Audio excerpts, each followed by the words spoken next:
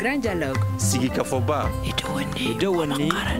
Le grand dialogue, l'émission des débats du studio Tamani sur votre radio. Sigika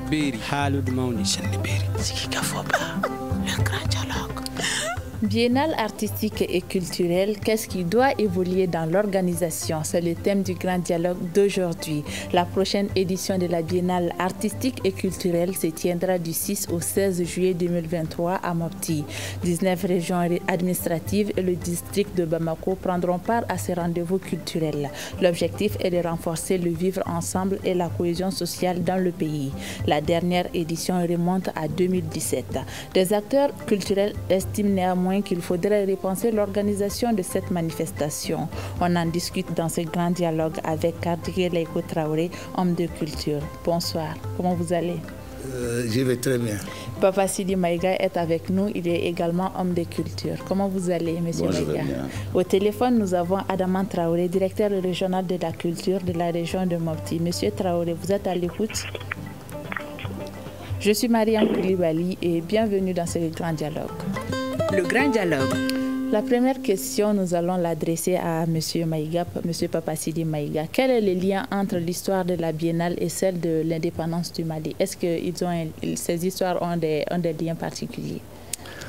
Bien sûr. Parce que quand on parle d'indépendance, on parle de l'ensemble des régions, on parle de l'ensemble des ethnies, on parle donc de tout un monde à viser. Autrement dit, quand vous parlez de Biennale, vous saisissez toutes les communautés maliennes. Et tout un chacun a droit à poser sa pierre au niveau de l'édifice national. D'où est-ce que les autorités ont tiré l'initiative de cette biennale? D'où est-ce que ça part? Bon, c'est une question... Mais parce que pour que la communauté même, pour que les jeunes se retrouvent,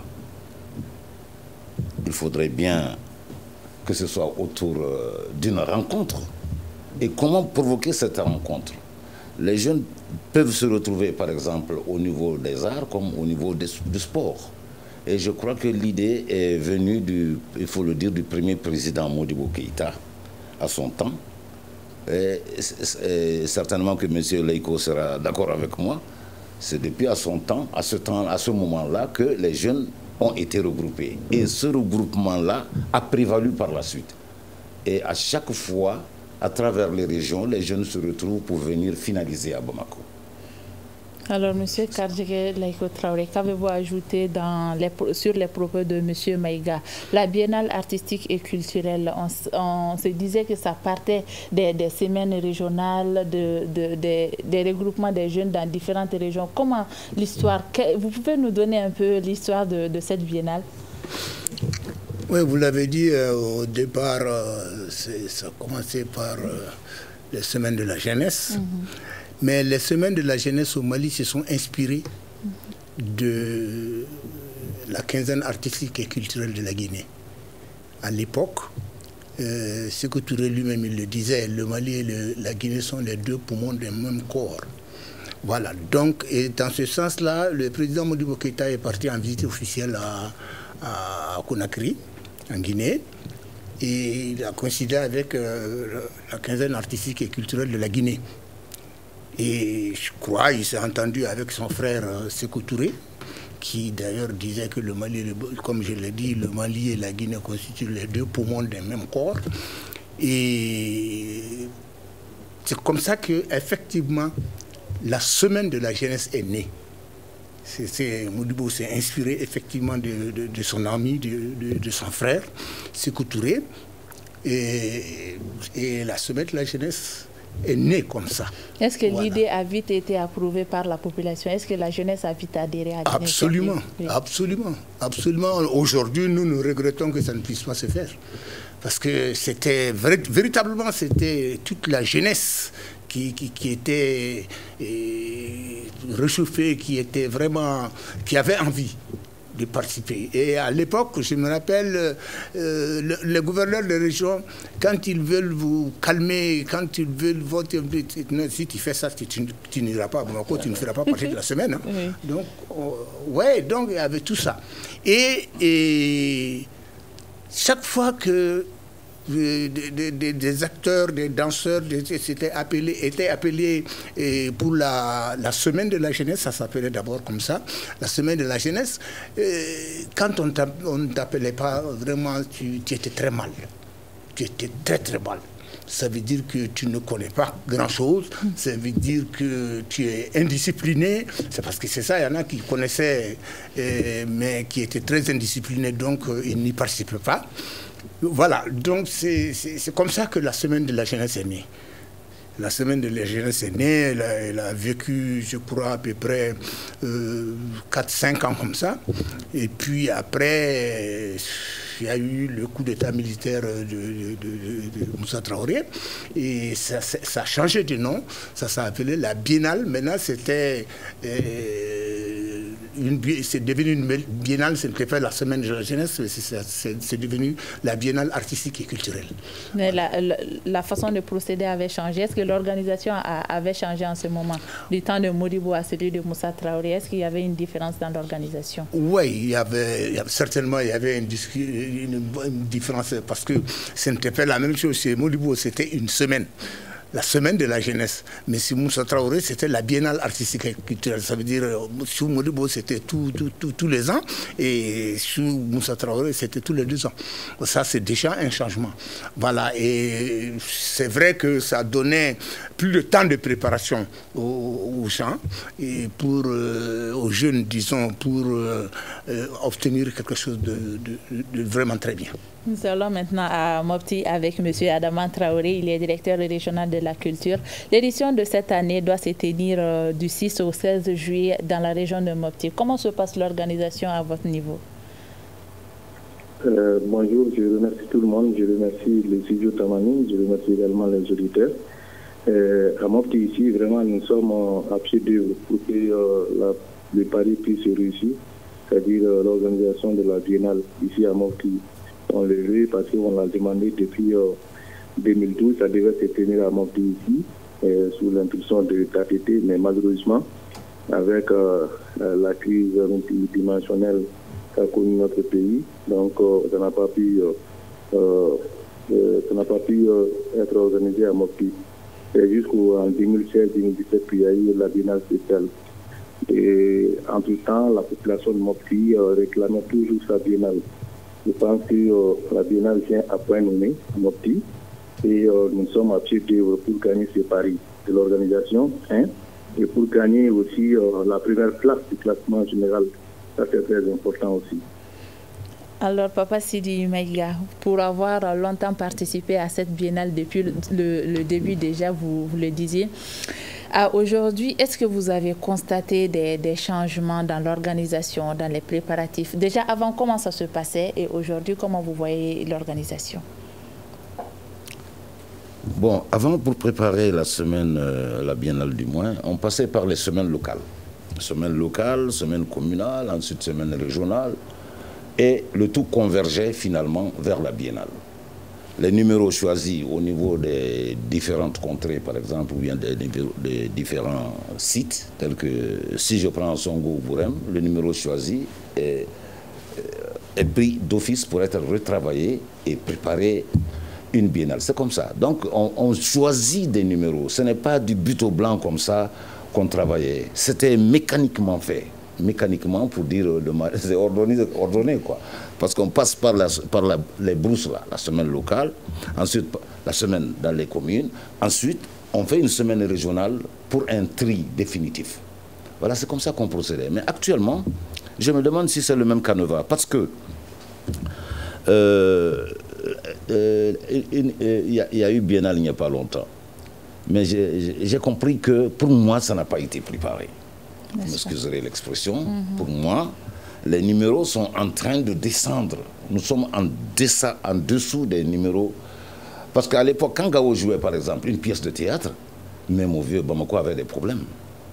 Comment? Le sel ne se dit pas salé, mais parce qu'on faisait des pièces extraordinaires. Les pièces étaient bien agencées. Qu'est-ce qui vous inspirait en ce moment? Bon, l'amour, l'envie de faire ça. Oui. La passion comme l'a dit tout de suite Kadigué, tout le monde voulait venir à la Biennale. Donc on donnait le meilleur de nous-mêmes pour que la Biennale soit une réussite. Actuellement, je me demande si c'est le même engouement.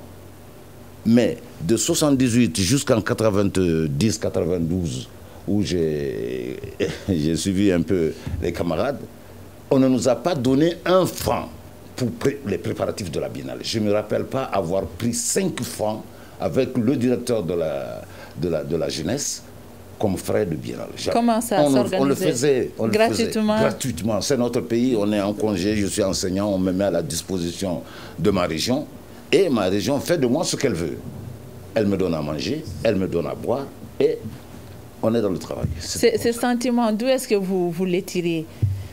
Le fait d'appartenir à la nation, de vouloir coûte que coûte participer à son développement culturel. Comment vous aviez cet engouement-là? D'où est-ce que ça venait? Mais cet engouement existe en moi jusqu'au moment où je vous parle. Oui. Je vous assure. En fait, ça a été un enseignement. Merci. C'était un enseignement. Parce que tout ce qui était de la Biennale, quand tu enlèves les enseignants qui participaient à ça, si tu enlèves les enseignants, il ne restait plus personne. Hein? Donc les premiers organisateurs étaient les enseignants? Absolument. Absolument. Moi, je suis enseignant. Je suis enseignant.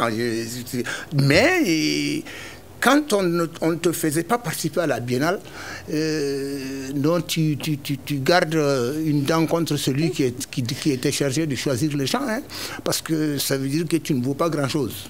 Voilà. Donc, mais tout le monde voulait participer à ça. Tout le monde voulait participer à ça. Voilà. Mais donc, pourquoi aujourd'hui ces sentiments-là n'animent plus, disons, les organisateurs ni les participants? Bon, ça, il faut bien poser la question, hein, parce qu'aujourd'hui, tout ce que nous on faisait pour le nom de la ville, de ceci, de cela, ou peut-être même pour notre nom, mais maintenant ce n'est pas ça, hein, maintenant c'est de l'argent qu'il faut donner. C'est l'argent qu'il faut donner. C'est ça, il faut parler un langage direct. Voilà.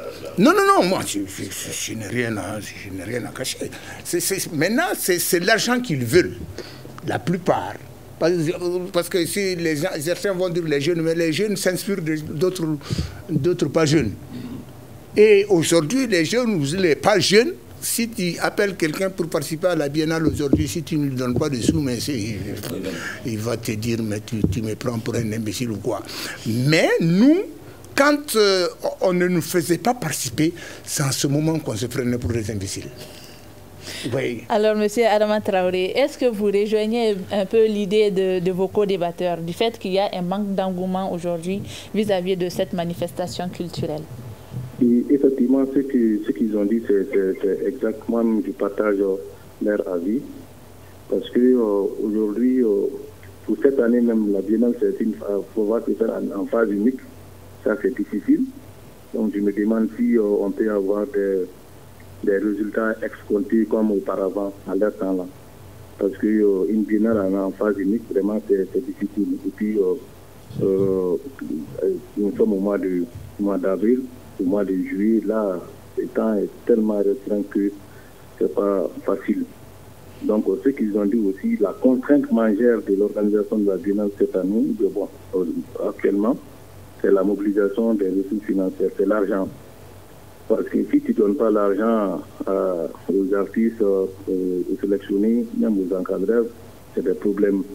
Souvent, même, on est buté à faire des petites révoltes, c'est même de l'internat. Si on ne nous donne pas quelque chose aujourd'hui, on ne va pas continuer à faire les répétitions. Donc c'est pour vous dire combien c'est difficile, vraiment. S'il n'y a pas d'argent aujourd'hui, ce n'est pas facile vraiment d'organiser la Biennale. Est-ce que cela ne va pas déjà à l'encontre de l'objectif premier des pères de la nation et des précédents acteurs de cette manifestation culturelle? Le fait que ce soit l'amour de l'argent qui soit mis en avant. Bon, les temps aussi ont changé, hein. Tout est lié à l'argent aujourd'hui, comme le disent vraiment, c'est la réalité.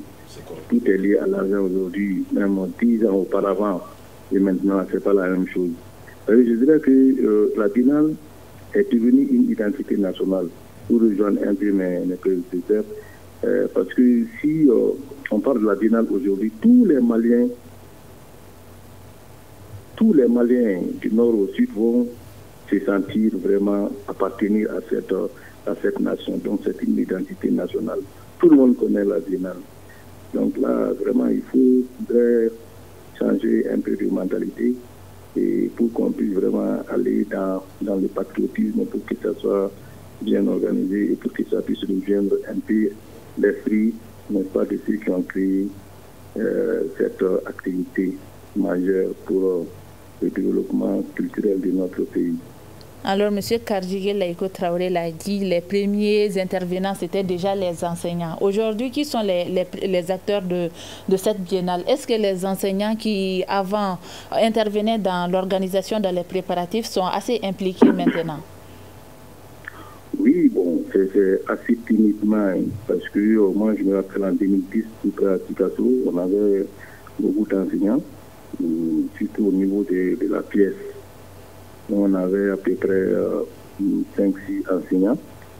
Et en 2017, pendant la biennale spéciale, on avait au moins 2-3 enseignants. Je ne sais pas combien d'enseignants on va avoir cette année. Tout qu'on fait, c'est leur matière aussi, parce que la pièce de théâtre, vraiment, il faut le concours des enseignants, sinon ça ne peut pas aller en réalité. Comment se passe la préparation des troupes en ce moment? À Mopti actuellement? Oui, à Mopti actuellement. Oui, c'est ce que j'ai dit. Parce que la biennale, ils disent que c'est en phase unique. Parce que autrefois, là, ce que l'autre a dit, c'était la phase locale, communale, régionale. Donc, les numéros étaient déjà connus. Et pendant les soirées, il y avait une équipe qui se chargeait des sélections des artistes pour la préparation de la troupe régionale. Mais s'il faut aller directement à la biennale, donc là, il faudrait envoyer des messages peut-être à chaque préfet, n'est-ce pas, d'inviter les chefs de service local, les animateurs de la jeunesse culture pour nous envoyer des artistes, n'est-ce pas, sélectionnés. Donc ça ne sera pas comme auparavant en réalité.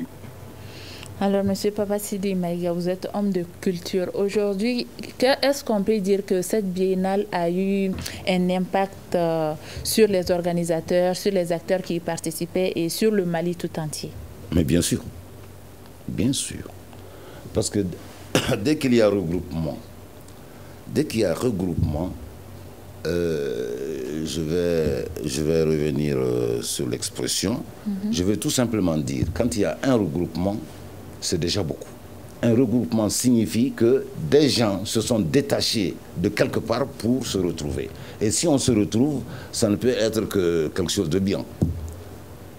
Ça, vous avez des souvenirs que vous pourriez nous relater, par exemple, des gens qui quittent le nord et qui rencontrent des gens du sud. Comment se faisait le brassage entre vous? Oh, mais c'était un brassage direct. Hein.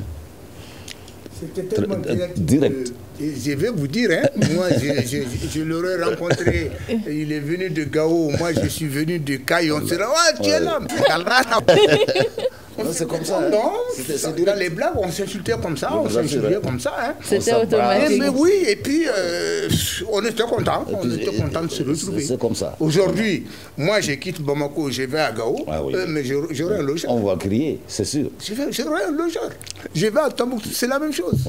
Avec les alliés et consorts qui sont là-bas. Mais j'ajoute, même s'il veut une femme à marier à Gao, il y en a. Bon, donc il y en a à Caille comme il y en a à Gao. Malheureusement pour ta femme, moi je suis marié. Voilà, je parlais. C'est pour dire que le brassage était vraiment donc c'était la fraternité. Non, la fraternité, la cohésion sociale était là. On s'entendait, on mangeait ensemble, on dormait ensemble, on faisait tout ensemble. Et ça ne nous gêne pas d'aller suivre un morceau de Caille. Hein. On nous laissait suivre les morceaux. Un morceau de Gao, venez, entrez, ça ne nous gêne pas. Avant, les gens se disaient, non, il ne faut pas qu'ils écoutent notre morceau, ils vont le changer. Non, il faut les laisser entrer. Peut-être qu'ils vont même faire une critique qui nous sera favorable. Ouais, donc vraiment, le brassage était bien. Dans les internats, comment ça se passait? Bon, dans les internats, ça se passe comme tous les internats. Hein. Pas les internats des élèves, mais les internats des grandes personnes. Je crois que vous me comprenez. Voilà, donc, non, on était bien. On se sentait bien. Mais on n'allait pas au-delà. Parce que au-delà d'une certaine conduite, là, non. L'époque ne s'y prêtait pas, ou bien les croyances, l'éducation. les croyances là viennent de l'époque en ce moment-là.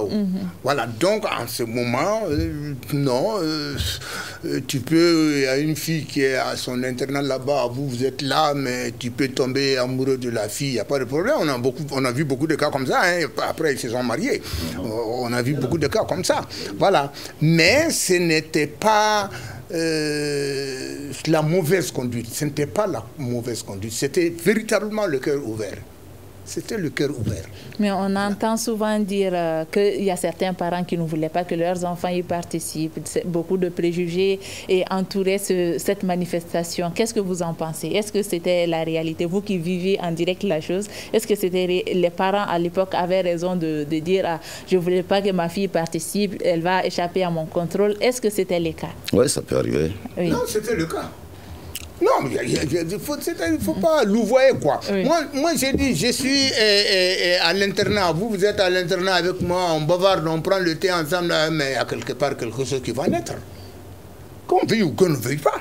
Même si je me retiens, même si toi tu te retiens, il y aura un certain sentiment qui va nous animer tous les deux, peut-être pas sur place, mais après.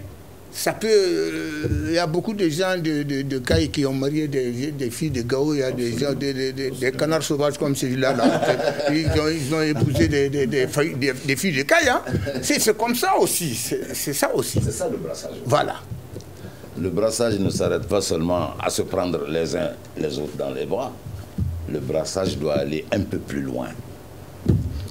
Souvent, c'est comme ça que ça arrive. Hein. J'ai vu un cas, par exemple. Vous dites que les parents souvent sont réticents d'envoyer leurs enfants. Moi, je prends l'exemple, j'ai une fille, une seule fille dans ma maison. Et c'est elle qui aide sa maman à travailler. Mais il se passe que c'est une bonne danseuse. Et vous voulez l'amener en groupe là. Mais d'abord, ça va me créer un problème, hein, parce qu'il n'y a plus personne pour aider la maman. Et de deux, qu'est-ce qu'elle va devenir dans cet entrepôt-là, il faut l'appeler comme ça.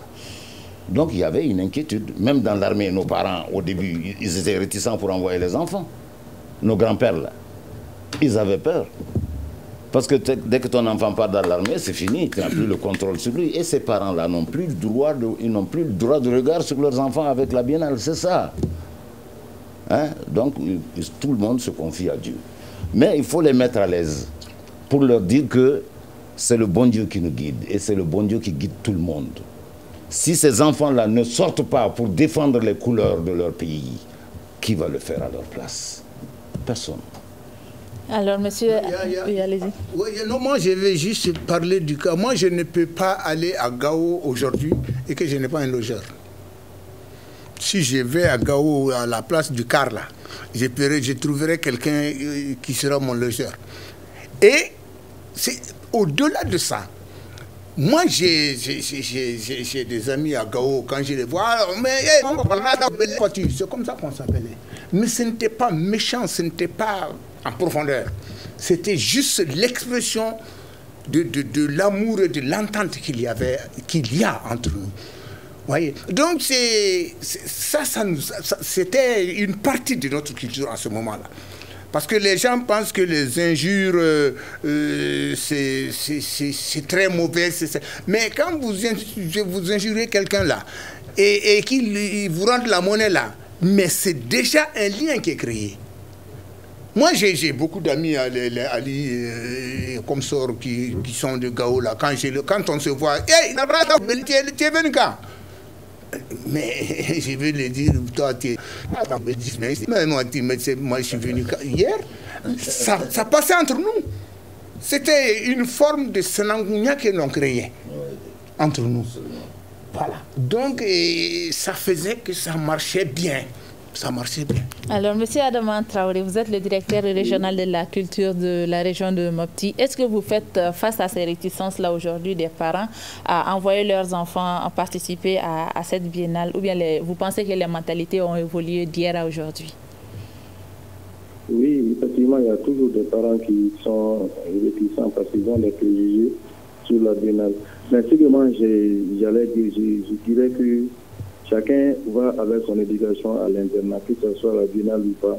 dans un regroupement, chacun va avec son éducation. Absolument. Donc, moi, je vais même vous raconter une histoire là, à Tikasso. On voulait même chasser une fille de notre internat parce qu'elle était insupportable. Elle n'arrivait pas vraiment à la canaliser. Donc, c'est pour vous dire que chacun va avec son éducation. Ça, c'est très important. Sinon, l'internat, c'est fait que pour créer le brassage, l'interpénétration des populations qui, en conclusion, va devenir comment dirais-je, créer la cohésion sociale entre les jeunes. Comme M. Gabriel vient de dire, si on part dans une autre région et qu'on rencontre les gens avec qui on a fait l'internat, c'est comme si on est chez soi. Donc, je pense qu'il n'y a pas de problème à ce niveau. Maintenant, les troupes qui participent, les chants, comment est-ce qu'ils retrouvent les chants? C'est des chansons des anciennes biennales, ils vont faire leurs propres recherches, c'est des chansons imposées, c'est des pas de danse imposés. Comment ça se passe? Non, c'est l'innovation qui, vous savez, il faut créer. Il faut toujours créer, aller avec des nouvelles créations à la biennale. Donc, on n'a pas le droit de revenir sur les numéros déjà passés à une ou deux biennales. Non, non, non. Donc, on crée toujours. On crée. C'est de la création. Parce que s'il y avait la semaine locale, et puis là-bas, on crée. Et la semaine communale, on crée. La semaine régionale, on crée. Donc, normalement, le premier de chaque numéro, c'est ce qu'on doit amener à la biennale. Donc, c'est toujours des nouvelles créations. C'est pour dénicher les talents. C'est ça pour ça aussi. L'idée, c'était que toutes les régions y participent. Aujourd'hui, vous êtes en plein dans l'organisation. Est-ce que toutes les régions pourront y participer cette année? Oui, tout le monde. Ça dépend, tout va de la volonté de chaque région. Par exemple, en 2017, la Taoudini et le Naga ont participé. Bien qu'il n'y avait pas d'orchestre, mais ils ont eu l'astuce de créer leur orchestre pour participer à la Biennale spéciale 2017. Tout le monde peut aller. Il y en a, il n'y a pas de doute. Et toutes les régions vont y participer. Ça, il n'y a même pas de doute. Ma question aussi est relative à l'aspect sécuritaire de la région de Mopti. Beaucoup s'interrogent sur le choix de la région de Mopti en lien avec l'insécurité qui sévit actuellement dans la région. Est-ce que vous avez réfléchi à tous ces aspects-là avant de délocaliser cette biennale-là dans la région? Non, nous on est en paix ici, hein, comme le disait notre chef de village de Mopti. Parce que nous, on est là-dedans. Il n'y a même pas... Ici, ça va. En tout cas, dans la ville de Mopti, là où se tient la biennale, là où va se tenir la biennale, je pense qu'il n'y a pas de problème. Les forces maliennes de sécurité de défense vraiment sont à pied depuis longtemps, depuis fort longtemps. Ça fait très longtemps qu'il n'y a pas eu d'attaque chez nous dans la ville de Mopti. Donc là, on ne s'inquiète pas, parce que les gens ne sont pas à Mopti, c'est pourquoi ils s'inquiètent. C'est comme si moi, on me dit d'aller à Gao, je m'inquiète parce que je ne suis pas à Gao. Parce que je vois ce qu'on raconte sur Gao. Et les gens sont à Gao. On peut faire tout à Gao. Donc c'est la même chose. On peut, même la finale de la Coupe d'Afrique, là, on peut l'organiser à Mopti. Avec sécurité, il n'y a pas de problème. Alors... Mais ce que je dirais qu'il n'y a pas de sécurité 100%, à 100%, ça n'existe nulle part ailleurs. Pas de sécurité à 100%. On peut bel et bien faire cette finale à Mopti, sans pour autant s'inquiéter de la sécurité. Voilà. Alors, M. Adama Traoré rassure par rapport à l'organisation de cette biennale dans la région de Mopti. M. Papa Sidi Maïga, est-ce que vous êtes du même avis que lui? Absolument. Mopti est une région malienne, comme toutes les autres, les 18 autres qui devaient participer. Je vous dis une chose, on est entre les mains de Dieu. Nous prions que le tout se passe bien, c'est tout. Hein? Que ce soit à Gao, que ce soit à Koulikoro, que ce soit ailleurs, Dieu veille. Et l'armée malienne veille aussi, avec la bénédiction du Seigneur. Donc les enfants, on ne va pas les délaisser, c'est sûr, l'État ne va pas les délaisser comme ça, ils seront entre de bonnes mains. Hein, c'est les enfants du peuple. Ce qui est certain, l'inquiétude là est partagée par bon nombre de gens. Mais est-ce qu'à cause de l'insécurité, il ne doit pas avoir brassage? Que ce soit à Bamako, même ici, la capitale. Vous croyez que s'il doit avoir... il n'y a pas eu de cas à Bamako? Dites-moi si, quand même. Dites-moi si, il y a eu des coups fourrés ici à Bamako. Hein? Comment s'appelle votre hôtel, là? Je ne me rappelle plus, là. Radisson. Ah, voilà, ça a été attaqué une fois. Oui. Et même l'autre jour à Kati, j'ai appris qu'il y a eu un coup fourré vers, je ne sais pas, ça arrive là, ça arrive. Il faut aller avec. Est-ce que cela doit nous empêcher de vivre ensemble? Non.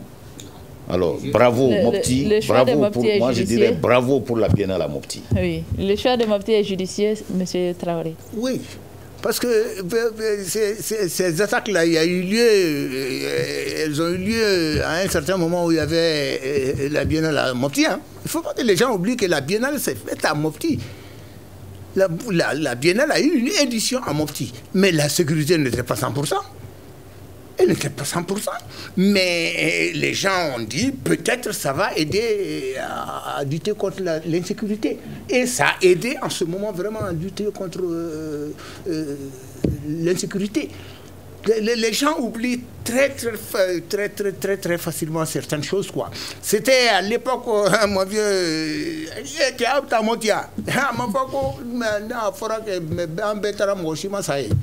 personne n'est mort. On est tous revenus à Bamako.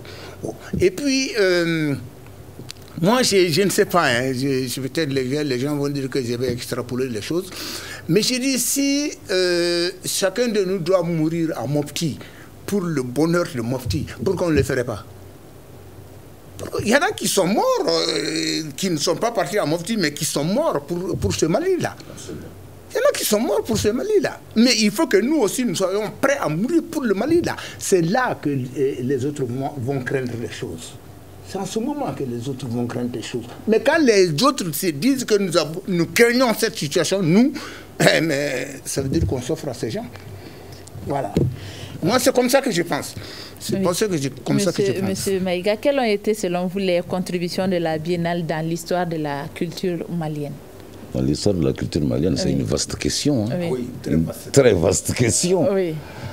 Bon, parce que les biennales, en général, ne sont rien d'autre que des critiques. En général. Je viens avec une pièce de théâtre, je prends l'exemple. Je critique le gouvernement parce que je ne peux pas le leur dire ouvertement. Je passe, voilà, d'ailleurs l'utilité de la biennale.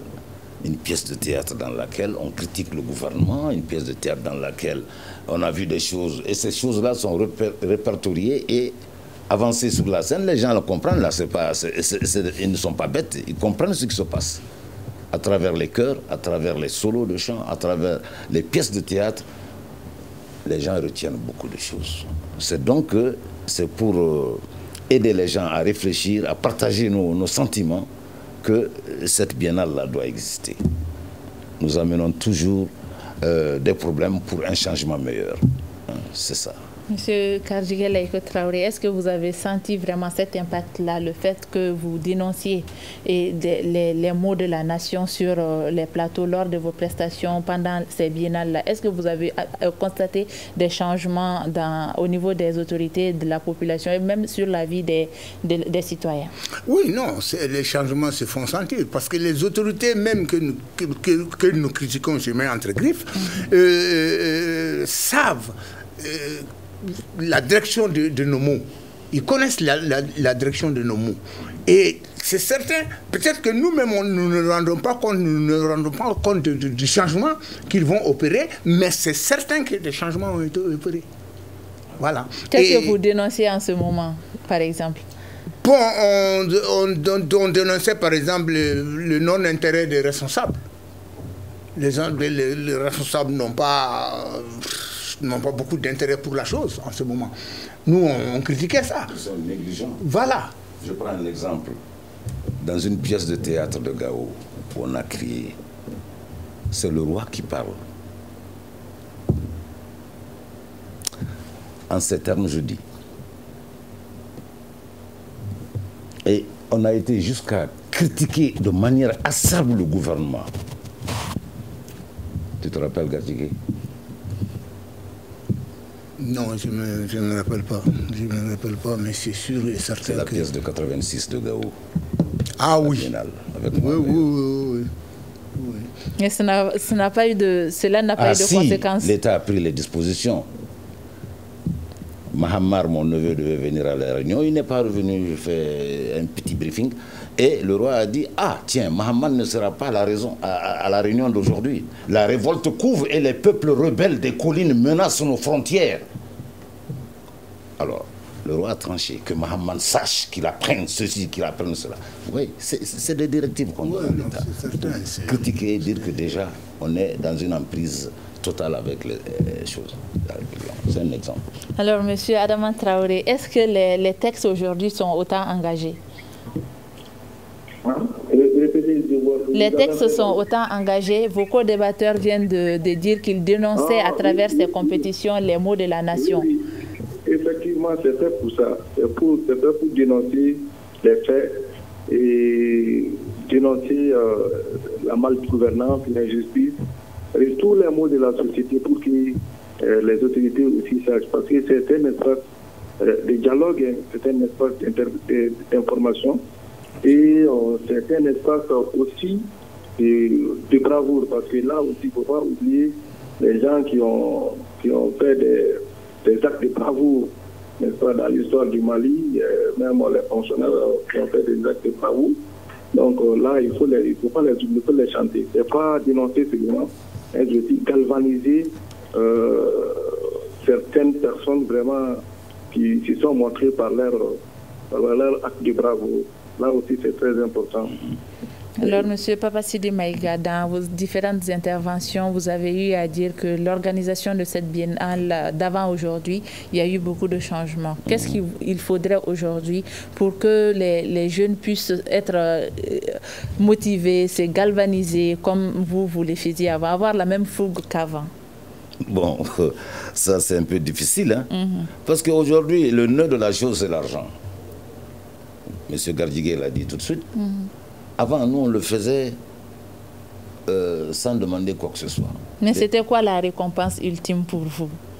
Une satisfaction morale. Hein? C'est une satisfaction morale et entière, il faut le dire. Je suis venu à la Biennale, j'ai vu des amis, je me suis fait des amis. Voilà, c'est ça le réconfort que moi j'avais. Ou bien que l'on dise au moins bravo pour cet acteur, il a bien joué son rôle. Mais c'est ça le réconfort. Mais aujourd'hui, là, je vous assure, vous ne ferez pas de numéros corrects. Même quand vous partez dans les confins pour demander des numéros, il vous faudra payer. Je trouve une vieille femme en train de chanter quelque part. Elle sait aujourd'hui qu'on donne de l'argent pour ça. C'est le nœud de la chose, l'argent. Même s'il faut lui donner un 5 000 ou un 10 000 ou un 20 000, on le met à l'aise. On lui donne quelque chose, on prend son numéro, qu'on revient travailler. C'est comme ça dans les confins, là. Mais aujourd'hui, je ne sais pas comment les directeurs de jeunesse, ils ont des problèmes, je ne sais pas comment ils procèdent. Donc, pour vous, il faudra exclure ce côté financier de l'organisation de la Biennale. Est-ce Jamais, que c'est possible? ce n'est pas possible. Ça, ce n'est pas possible.